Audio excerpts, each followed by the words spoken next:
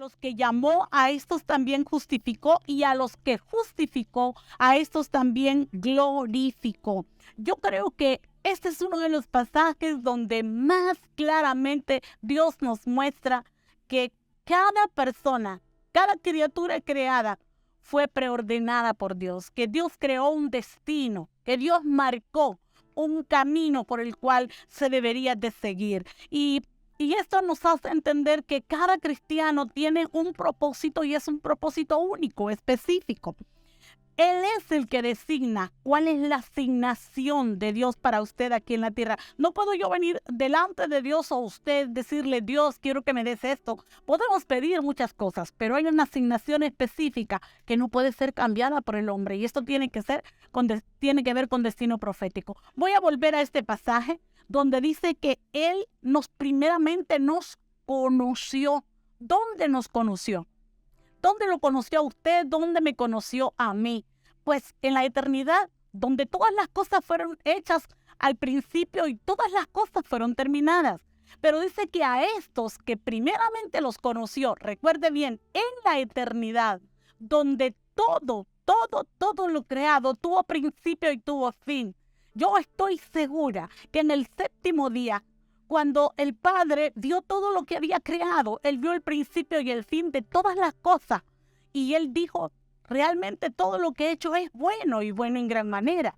Entonces a estos los predestinó. Y mire qué clara es la palabra. ¿Para qué fuimos predestinados? Dice que para ser hijos a la imagen de Jesucristo, y así colocar a Jesucristo en una primogenitura entre todos sus hermanos. Jesucristo el primogénito y nosotros hermanos, pero siendo Él el primogénito entre todos nosotros. Qué hermosa palabra. Nadie puede dudar de que realmente somos el producto del destino profético de Dios, de la obra creada por Dios.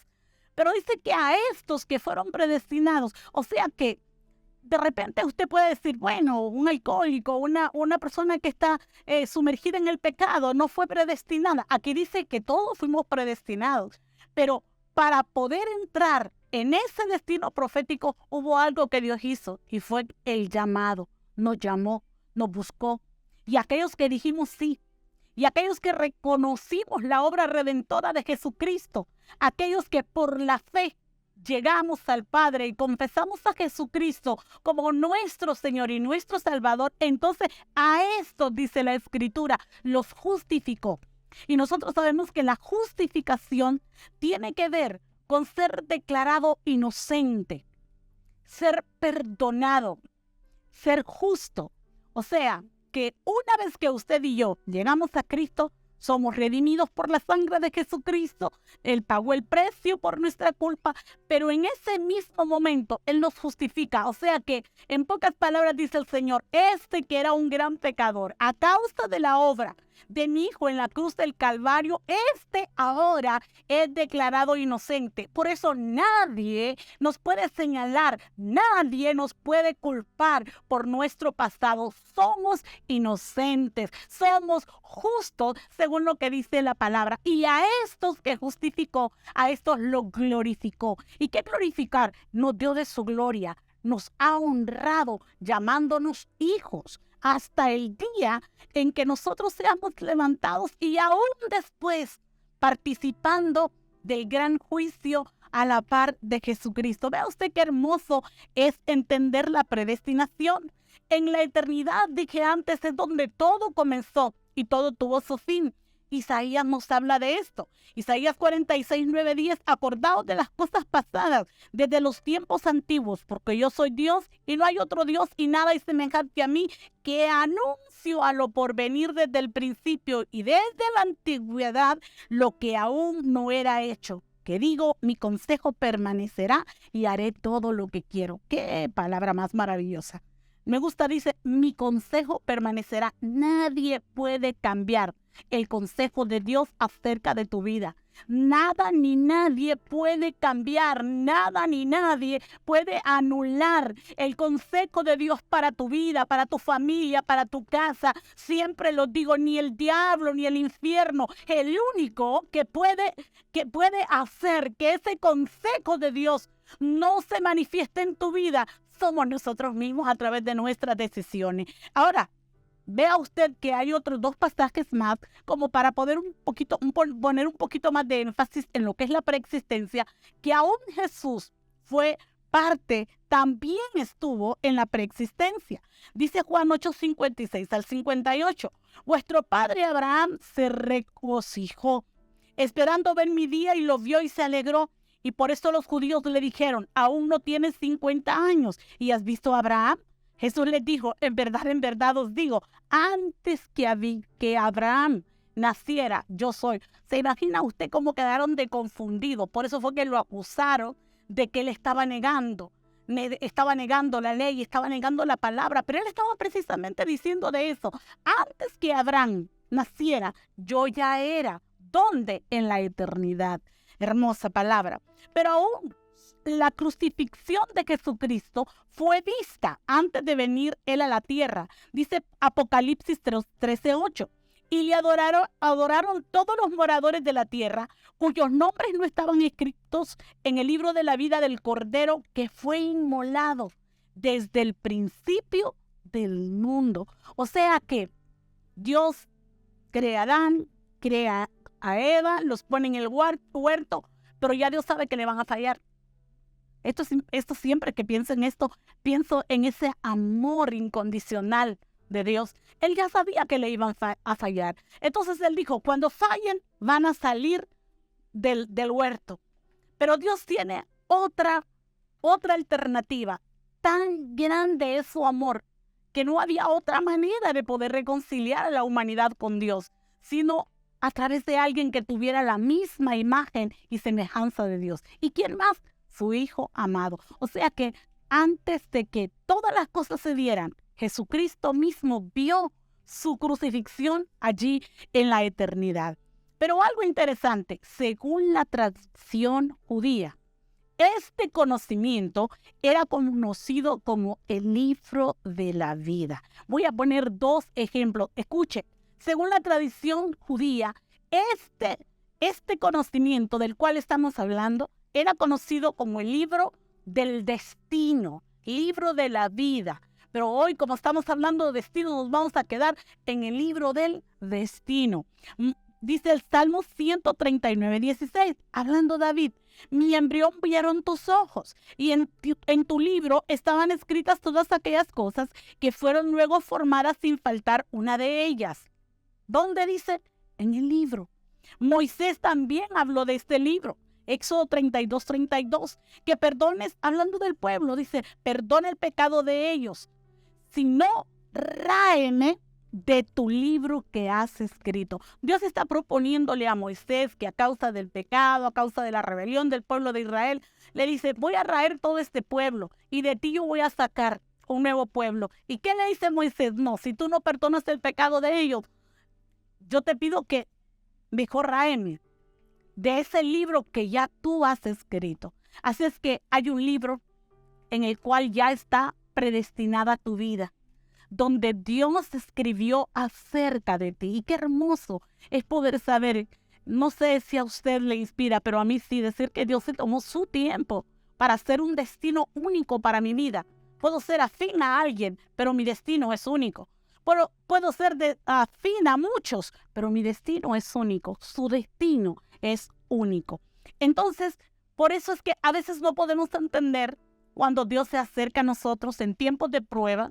¿Le ha pasado a usted que en tiempo de prueba usted está pasando por una prueba financiera y lo que quiere es que Dios le diga cómo usted va a resolver su problema financiero? Y Dios se le aparece y Dios ni siquiera se detiene en ver su problema financiero. Él, ¿qué es lo que hace? Mira lo que Él colocó dentro de usted. Y comienza a hablarle de llamado, y comienza a hablarle de naciones, y comienza a hablarle de tantas cosas que usted dice, Señor, pero es que yo no quiero saber eso.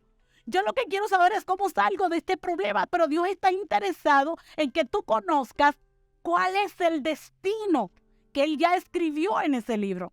Yo siempre recuerdo que pasando por un tiempo duro de prueba, yo nunca me imaginaba en mi vida que Dios podía usarme, que Dios me iba a llamar a mí y a mi esposo.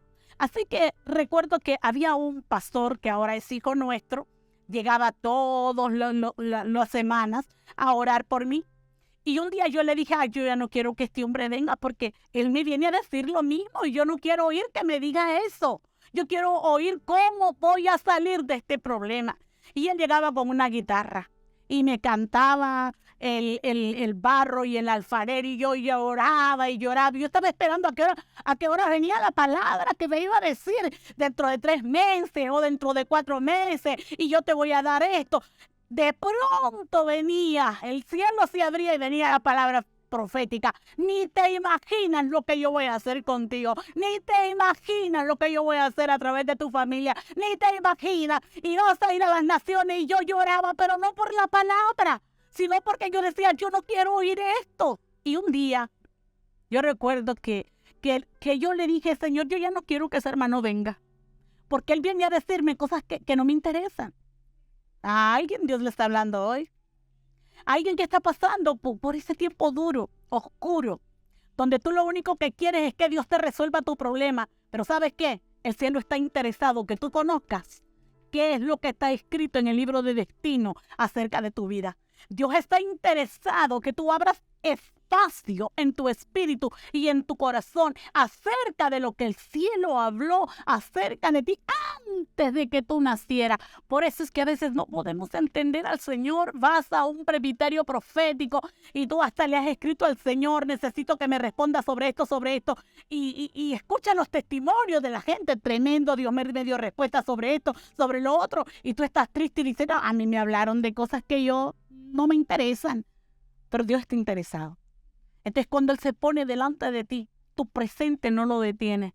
Por duro, por oscuro que sea, tu presente no detiene a Dios. Dios se para y ve eso que ya está escrito dentro de ti, el futuro que ya Dios habló acerca de ti, y Él empieza a hablar de ese destino. Yo, hoy que los años han pasado, imagínate, más de 30 años, digo, Señor, ¿por qué nadie me dijo que escribiera en un cuaderno todas las primeras palabras proféticas que me diste? Porque ahí había diseño, porque ahí había realmente estrategias.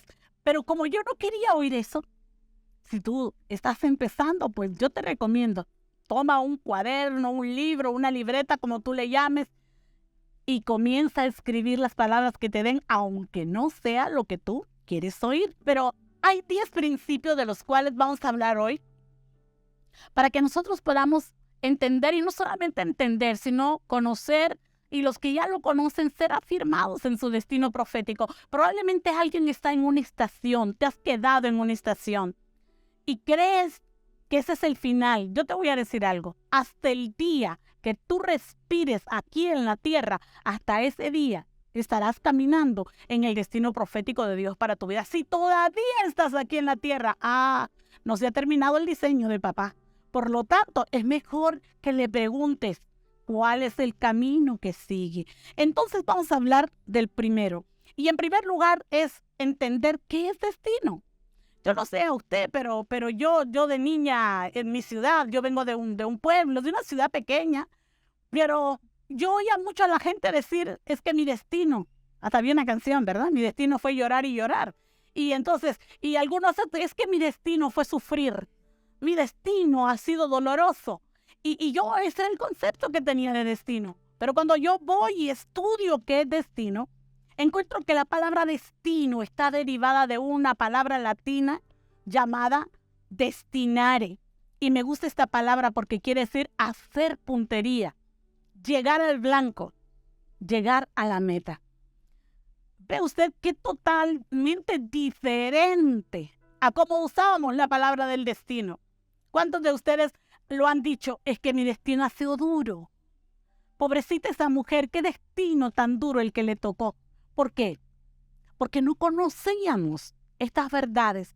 La verdad es que destino, podríamos decir que es una obra, y me gusta, es una fuerza me gusta esta palabra, es una fuerza sobrenatural, incambiable, que determina el futuro hacia el cual nos dirigimos. No el que nosotros escogimos, sino el que Dios nos escogió. Así es que es importante que se le entienda. Destino tiene que ver con tu futuro. Tiene que ver con dar en el blanco, llegar al final de la meta. Pero ¿cuál meta? La que tú te trazaste, la que siempre soñaste. No, la que Dios escogió para ti, la que Dios escogió para tu familia. Probablemente a algunos hoy Dios les va a ampliar, les va a expandir su revelación, porque tal vez bien conoces cuál es el destino profético de tu vida, pero ¿cuál es el destino profético de tu familia? Cuando comienza Dios a comenzar a trazarnos un diseño de familia, se vuelve más difícil. Recuerdo cuando yo comienzo en el Señor, comenzamos en una colonia de acá de Tegucigalpa y el grupo comenzó a crecer, éramos más de 30 personas, ya no cabían en la casa de la hermana. Y total que empiezan todos a decir, queremos iglesia, mi esposo y yo íbamos todos los lunes. Y de pronto un día mi esposo me dice, mira mi amor, yo lo siento mucho, pero la nube se me está moviendo y Dios me está diciendo que tengo que trabajar duro. Mis hijos estaban pequeños, yo los llevaba a las reuniones, pero imagínense, era el inicio de semana. Entonces ellos empezaban la semana de clases cansados. Y un día se acercó a mí, un hombre de Dios, y me dijo, si mi consejo le vale, tómelo. Espere el tiempo de Dios. Usted no puede andar con esos niños a las 11, 11:30, 12 de la noche. Usted le va a exigir que ellos den un buen rendimiento escolar, pero así como lo llevan en esta carrera no podrán. Pero eso no fue suficiente para mí porque yo todavía me seguía esforzando. Pero de pronto empecé a sentir una debilidad que yo ya no podía llegar. Y tuve que esperar 11 largos años. Porque un día, mientras yo esperaba en casa recuperarme físicamente, oigo la voz de Dios que me dice, es que tu destino profético es en familia. Yo te llamé a ti con toda tu familia. Y tú no vas a poder hacer todo lo que yo quiero hacer contigo si no lo haces en familia. Y qué difícil es cuando tal vez el esposo está andando por un lado, los hijos se están yendo por el otro lado, y peor si usted tiene un montón de hijos, peor se hace la cosa. Yo tenía 3 hijos, de los cuales 2 eran adolescentes. Mi esposo que estaba enfocado solamente en trabajar. Y yo pues que estaba enfocada, estaba en amores, y yo lo único que quería era predicar. Mi esposo me acompañaba, pero él estaba en su enfoque en el trabajo. Tenía que mantenernos. Y recuerdo cuando yo quería meter a mis hijos en las mismas aguas. Hoy ellos recuerdan y algunos le dicen, te torturó tu mamá. Pero es que yo sabía, yo conocía cuál era el destino profético de Dios para ellos. Yo les metía 2 horas de oración, no me importaba si estaban riéndose, haciendo lo que fueran. Y yo los llevé a vigilias, yo los llevaba a ayunos, y porque yo estaba enfocada en un diseño, y el diseño era de familia. Esperé 11 años. Y esperé 11 años hasta que escuché la voz de Dios y decir, este es el tiempo. Pero cuando ya Dios dijo, este es el tiempo, ya Dios había trabajado en el corazón de mi esposo, ya Dios había trabajado en el corazón de mi hijo mayor, que era el que más se oponía y ahora es el que más fuerte está metido en el ministerio. Luego mi hija, que siempre estuvo conmigo en todo ese tiempo de estar orando, ella siempre era mi compañera de guerra, de intercesión. Y bueno, el pequeño, que él iba donde nosotros le dijéramos que fuera. Así es que yo creo que hoy es un buen día. Si tienes familia, hijos, esposa, esposo, ¿por qué no preguntar cuál es el destino profético para nuestra familia? ¿Cuál es la diferencia entre destino y casualidad? Porque el destino tiene que ver con una obra predeterminada por Dios. Nadie la puede cambiar. El hombre no la puede cambiar. Nadie la puede cambiar. Y cuando hablamos de destino, estamos hablando de todos aquellos sucesos que están escritos en algún lugar, ya sabemos, en el libro del destino. Nosotros desconocemos ese libro, pero sabemos que en ese libro está escrito. Mientras que la casualidad es acreditar a cada suceso a las jugadas de la vida. ¿Cuántas veces usted dijo, así no son las cosas del destino? Y usted todo se lo adujo a jugadas de la vida. Pero cuando entendemos que destino es algo, una obra predeterminada por Dios. El hombre no la puede cambiar. Entonces, finalmente, ¿qué podríamos decir? Escúchamelo bien. Destino es el antónimo de libre albedrío. El libre albedrío es decir, yo hago con mi vida lo que yo quiera. Soy cristiano, pero yo decido. Pero en el destino profético, el que es un vaso de destino profético, ya no puede ir para donde quiere ir. Ya no puede decidir como él quiere decidir. Ya no puede tomar las decisiones como antes las tomaba. Sabe que hay que consultar. ¿Para qué? Para que cada decisión, por pequeña que sea, no altere el destino profético de Dios para su vida. Aleluya. Alguien va a tener que cambiar de posición. Alguien va a tener que iniciar de nuevo. Alguien se va a reiniciar en este día. ¿Por qué? Porque hay decisiones que has tomado que nunca las consultaste y sabes que vas mal porque no están conforme al diseño de Dios. Así es que también podríamos decir que es el lugar al cual deseas llegar. Es darte cuenta de tu propósito. Y cuando te das cuenta de tu propósito, esto da lugar, da espacio a que el destino profético de Dios te sea revelado. Vamos por el segundo principio. Mire lo que dice. El destino, entonces podríamos decir que es la conciencia del propósito de Dios. Por lo cual, no podemos hablar de destino sin hablar de propósito. ¿Qué es el propósito? El propósito es lo que le da sentido a la vida. Es poder responder a algunas incógnitas que hemos tenido en la vida. ¿Quién soy yo? ¿Alguna vez usted se sintió que era diferente a sus hermanos? Y de repente usted se pregunta, bueno, ¿y quién soy yo? Porque se siente raro, extraño. José fue extraño entre sus hermanos. Entonces, ¿quién soy yo? Segundo, ¿de dónde vengo? ¿Para dónde voy? ¿Para qué estoy aquí en la tierra? Eso tiene que ver con propósito. Ahora, es importante entender que Dios es un Dios de propósitos y Dios nunca improvisa. Todo lo que creó, lo creó con un propósito. Creó el sol para que alumbrara el día. Creó la luna para que alumbrara la noche. Igual con cada ser humano. Dios lo creó. Puede ser que usted haya sido el fruto de una fornicación, de un adulterio, de una violación, de una relación no deseada o de un hijo no deseado. No importa. No importa. Pero usted está aquí en la tierra porque Dios lo determinó. Porque Dios dijo que usted estuviera acá.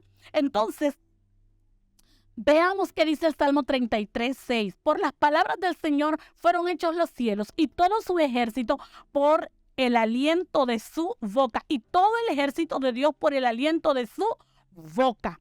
¿Qué es lo que nos está diciendo el salmista? Que por la palabra del Señor fueron creadas todas las cosas. Hay un punto bien importante que tenemos que entender. O sea, Dios no es que dijo, sea la luz y vamos a ver cómo sale. No, primero pensó. Él es el gran arquitecto. Él diseñó en su mente la luz. Él diseñó la oscuridad, la noche. Él diseñó las 4 estaciones del año. Él diseñó las diferentes clases de animales. Él diseñó al hombre mismo. Y cuando Él habló, entonces ese diseño se hizo obra. Entonces por eso dice, y todo lo creado es el fruto de su boca, lo que Él habló. Lo que nosotros conocemos como la palabra dabar, que significa palabra hablada. Pero no solamente eso, porque dabar va más allá. Es el poder para poder crear cada cosa creada en la manifestación del pensamiento de Dios. Para que haya un dabar, primeramente tiene que haber un pensamiento de Dios. No es lo que a mí se me ocurre hablar. No es lo que yo... No. Tiene que ser una palabra revelada que es el fruto del pensamiento de Dios. Y alguien lo tiene que hablar en la tierra. Pero en el día de la creación, Dios lo habló. Dios sigue creando. Dios no terminó en los 7 días de la creación. No. Dios sigue creando. ¿Y a través de quién sigue creando? De sus hijos. ¿Cuándo? ¿Cómo es que Dios sigue creando? Cuando Dios de repente nos lleva a unas aguas y dice, ¿Se recuerda usted a Eliseo? Eliseo fue y le dijeron, estas aguas están malas. ¿Y qué hizo Eliseo en ese momento? Eliseo recibió la palabra de Dios y él sanó esas aguas. No podemos provocar, dar de Dios aquí en la tierra, si no es que estamos bajando los diseños de Dios, los pensamientos de Dios. Cuando hablamos de diseño, hablamos del pensamiento de Dios. Entonces dice que primero él pensó y luego habló. Todos fuimos creados con un propósito único. Y esto es bien importante. Dios colocó en cada uno un propósito específico. Y yo lo dije antes, podemos ser afines, podemos parecernos, pero su propósito es único. Satanás trabajará para que nosotros nos conformemos solamente con ser salvos y no poder conocer cuál es el propósito de Dios para nuestra vida. Tercer principio, todo lo creado por Dios tiene un diseño específico que va de acuerdo a su propósito. Entonces veamos, Dios diseñó, como dije antes, el sol para algo. Lo hizo una luminaria para poder alumbrar el día. Todo lo creado por Dios, Dios lo diseñó, Dios lo creó de acuerdo a su propósito. Y eso es bien interesante. Me gusta esto porque se va a empezar a poner esto bueno. ¿Alguna vez te has preguntado, Señor, pero ¿por qué yo soy diferente a mis hermanos? Señor, pero ¿por qué tengo este carácter? ¿Por qué este temperamento que tengo? Señor, ¿por qué me diste este hogar, esta casa, esta familia? Quiero decirte algo.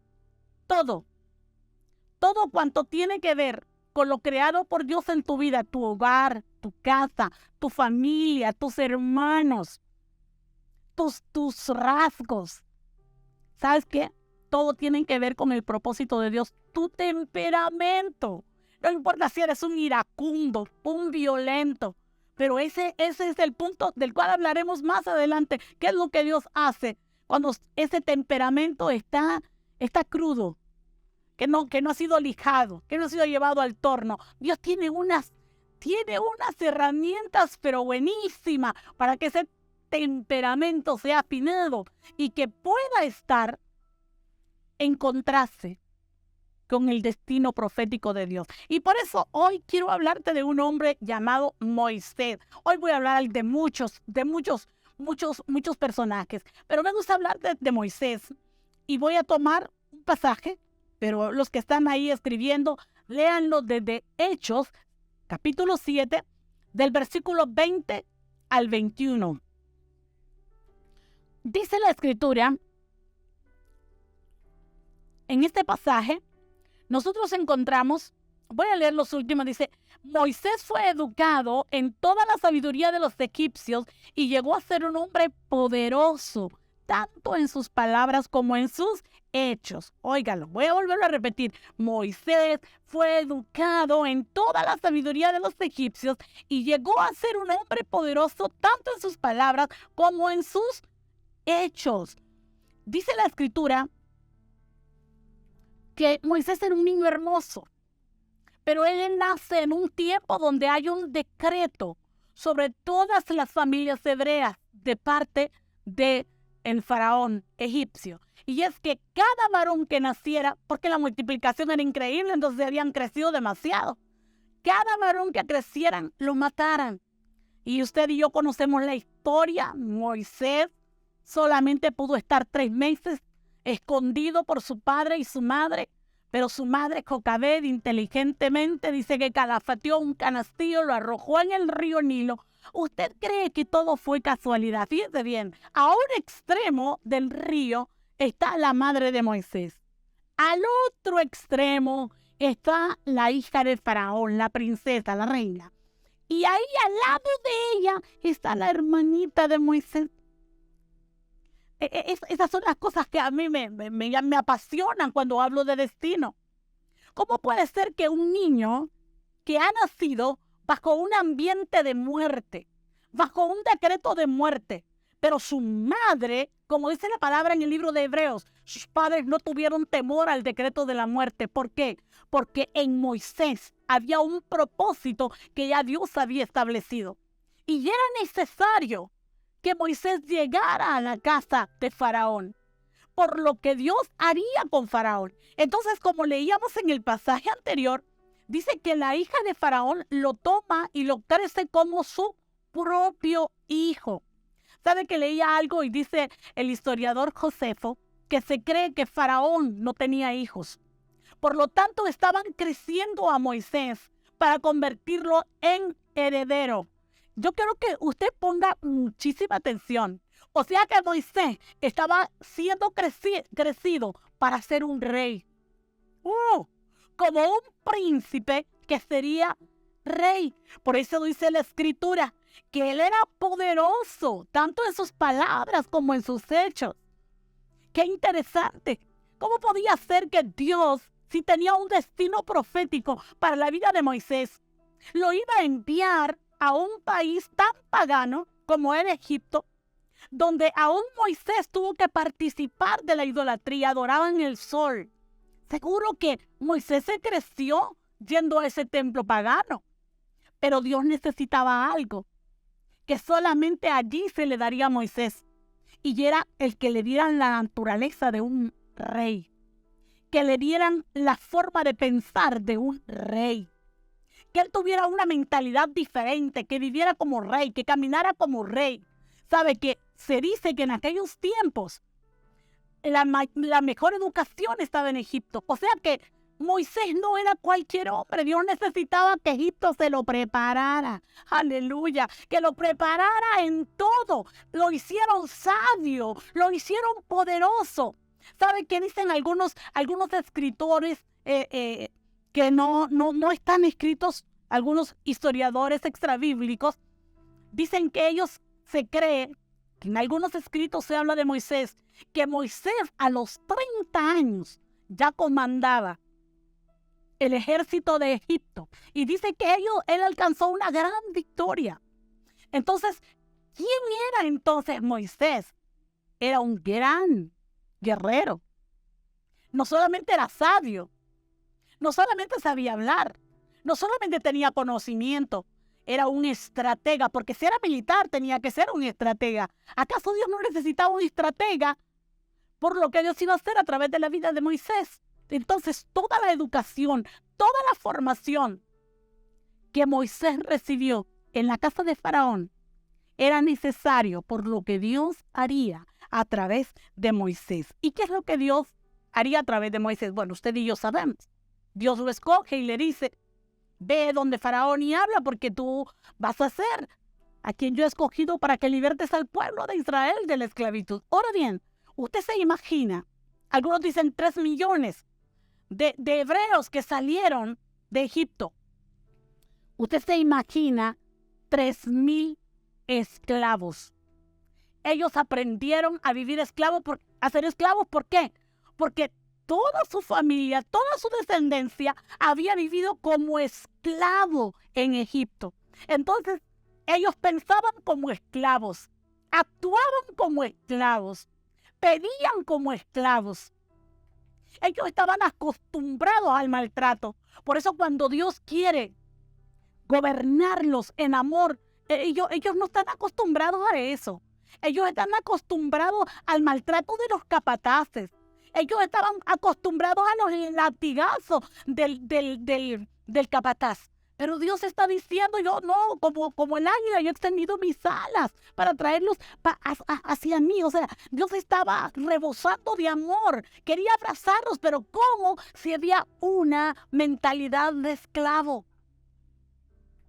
Y por eso Dios tuvo que escoger a alguien que tuviera una mentalidad contraria. Un esclavo no podía sacar libre a toda una cantidad de personas con mentalidad de esclavo. Necesitaba un hombre con una mentalidad de príncipe, con una mentalidad de rey, que viera las cosas como rey para poder sacar a aquel pueblo. Y no solamente eso, necesitaba un estratega militar, un hombre poderoso. ¿Por qué? porque en medio del desierto se tuvo que enfrentar, hubo momentos de guerra. Y nosotros vemos a Moisés trabajando como un estratega para poder gobernar aquel pueblo.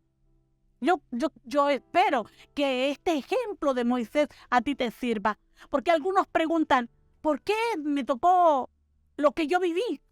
Todo lo que tú viviste, te va a servir. Esta mañana, mientras yo terminaba y repasaba estas anotaciones, yo meditaba en mi vida misma y yo recordaba cómo yo por 3 años peleé con mi padre. Porque mi padre, yo quería otra carrera. Y mi padre dijo, no, serás una maestra. Y yo lo menos que quería era ser maestra. Y mi padre era, cuando la gente me preguntaba, ¿y usted qué estudia? La carrera que a mi papá le gusta. Hoy que estoy en el Señor, que por años me ha tocado enseñar, que por años me ha tocado discipular, entrenar, formar en las escuelas de profetas, en las escuelas de ministerio. Hoy me doy cuenta que realmente era parte del destino profético de Dios para mi vida. El ser maestra como profesional me ha servido mucho en mi carrera ministerial. No te quejes. No digas por qué. Solamente trata de calzar eso que a ti no te ha gustado y que no has entendido por qué con el destino profético de Dios para tu vida. Algo está pasando en el mundo espiritual. Yo creo firmemente que Dios está rompiendo paradigmas en la mente. Dios va a sanar a un corazón en este día. ¿Y por qué? Porque más adelante te voy a hablar cómo hay una necesidad de poder soltar el dolor y todo lo que aqueja. 4, es necesario que descubras tu propósito y así convertirte en un vaso de destino. Tú puedes conocer todo esto y tener todo el conocimiento de destino profético, pero si tú no sabes cuál es tu propósito, tú no puedes convertirte en un vaso de destino. Ahora bien, lo más fácil es ir y decirle al pastor, pastor, ore por mí, y yo quiero que Dios me diga a través de usted cuál es mi destino profético. Qué bueno sería así, ¿verdad? Pero ¿sabes qué? Me gusta tanto. No busques afuera. No busques en los demás. Yo no sé si a alguno le pasó, pero cuando comenzamos en el Señor, los primeros años nos llevamos imitando a otros. Porque tenemos tan baja autoestima que consideramos que lo que tenemos no vale. Y entonces un tiempo predicas como fulano, luego salió otro de moda, entonces empieza, hasta caminamos y vestimos y toda la cosa. Y no es así. Y nos llevamos toda una vida imitando. Pero cuando tú te conectas con Dios y Dios empieza a decirte, no busques afuera, no busques afuera, tu destino profético está en tu interior. Eclesiastés 3:11 dice que todo lo que Dios hizo es hermoso en su tiempo y ha puesto eternidad en el corazón de ellos. Entonces, ¿dónde yo encuentro el propósito que me conecta a mi destino? Aquí, en mi interior. Aquí está todo lo que yo necesito para poder caminar en mi destino profético. No lo voy a buscar afuera. No lo busques afuera. Yo quiero que ahí donde estás tú te pongas la mano y digas, aquí está todo lo que yo necesito para ser un vaso de destino, para que se cumpla mi destino profético. Ya todo Dios lo colocó. De repente, cuando Dios comienza a hablarnos, ¿acaso no nos ha pasado a veces que decimos, no sé si esto fue una realidad? Y algunos hasta aún dicen, no, es que esto fue algo que me pasó en el pasado. ¿Cuál pasado? Es que está despertando tu espíritu. Es que lo eterno está despertando y está subiendo a tu mente y estás cobrando conocimiento de lo eterno, de lo que ya te fue puesto en tu corazón. Esto es hermoso. Es en intimidad, es en adoración donde tú te puedas encontrar. Sabes, nosotros como ministerio hemos sido amantes de los altares, de las vigilias de adoración. Increíblemente, recuerdo que en una de esas vigilias yo me sentía que era como que ya estaba todo terminado, que ya lo único era un muro delante de mí. Y qué bueno que ya era tiempo de jubilarse. Pero dentro de mi espíritu había un fuego, como decía Jeremías, fuego que ardía dentro de mí. Y recuerdo cuando un día empecé a gritar ese amor, perfecto amor que me hace soñar. Porque fue a través de un tiempo de adoración que yo empecé a escuchar la voz de Dios. Y empecé a oír que decía: yo te hago volver a soñar. Yo soy el que te quito el miedo y el temor, porque vas a volver a comenzar a soñar. Porque el soñar tiene que ver con el futuro. ¿Cuántos de ustedes han dejado de soñar? Porque están atascados en el presente. Pero cuando hay una adoración que te envuelve, cuando estás en medio de un tiempo de intimidad, no importa cómo esté alrededor, si todo está nublado, vas a oír la voz de Dios y vas a escuchar exactamente lo que Dios te dice. Hoy estoy haciendo lo que estoy haciendo, porque en medio de un tiempo de oscuridad de mi vida, en un tiempo de una dura prueba y dura lucha, yo vi que yo subía a una gran montaña y ahí decía redes. Y luego vi gente de toda raza, de diferentes naciones. Pero a mí lo que me impresionaba es que algunos tenían la cabeza agachada y le decía: Señor, ¿por qué? Porque algunos los conocerás y algunos nunca los vas a conocer. Ellos te van a conocer a ti, pero tú no los vas a conocer a ellos. Y este es el cumplimiento. Por eso hoy estoy aquí. Por eso hoy yo vuelvo a soñar. Por eso hoy yo me vuelvo a levantar. Pero ¿cuántas veces el Señor está llamándote? ¿Cuántas veces el Señor está tocando la puerta de tu corazón? Porque te quiere hablar algo acerca de lo que ya está escrito acerca de ti. Pero tú no quieres caminar, tú no quieres correr, estás atascado. Por eso yo dije hoy, muchos por la palabra que se predique este día van a salir del lugar donde están estancados, del lugar donde están escondidos. Nosotros vemos en la Escritura muchos hombres que tuvieron un encuentro con Dios, buscando algo diferente. Se encontraron con su destino profético. Me gusta siempre decir, buscando las asnas, me encontré con el propósito de Dios. Porque muchas veces me he encontrado como Saúl. Saúl, lo único que le interesaba era consultar al vidente para que le hablara de las asnas que se le habían perdido a su padre. Pero él no sabía que las asnas solo eran el pretexto. Y que había ido tan lejos de su casa que dijo: aquí está el vidente, por aquí vamos donde él. Y ahí nomás el criado le dijo: hay que llevar una ofrenda y aquí está el dinero para que vayamos a visitar al vidente. Pero Saúl no estaba pensando en llamado. De hecho, Saúl tenía tanto problema de autoestima que el día que lo están coronando, todo el mundo está esperando ver al rey. Y Samuel dice: ¿dónde está? El hombre está escondido. ¿Por qué? Porque tenía problemas. Todos tenemos problemas. De repente es como que: Señor, te equivocaste. Yo creo que yo no soy la persona de quien están hablando. Imagínate, el hombre va y dice: yo voy a ir a visitar al vidente, voy donde el profeta Samuel, que me diga dónde están las asnas de mi padre. Y Samuel allá le dice al Señor: hoy van a venir a visitarte, Saúl, lo vas a ungir como el futuro rey. ¿Sabe? Esto es algo tan profundo, porque yo te quiero decir algo. Cada vez que tú tienes un encuentro con Dios, sea en adoración, o sea a través de un profeta, no sea que tú buscando las asnas te encuentres con la próxima estación de tu destino profético. Yo estoy en un lugar donde han sido ungidos gente de gobierno, gente del ejército, gente que está en autoridad en la nación. Y han venido porque están en un aprieto, porque están en una situación tan difícil. Y de repente me dice el Señor: ellos han venido a buscar las asnas perdidas. Pero yo los hice venir hasta aquí, porque hoy los conecto con mi destino profético para su vida. Aleluya. Y lo he visto tantas veces. Yo siento ríos de la presencia de Dios que están incluso quitando escamas de los ojos de algunos que habían dejado de tener visiones, de algunos que la revelación había sido bloqueada, de algunos que ya se habían descalificado como siervos de Dios.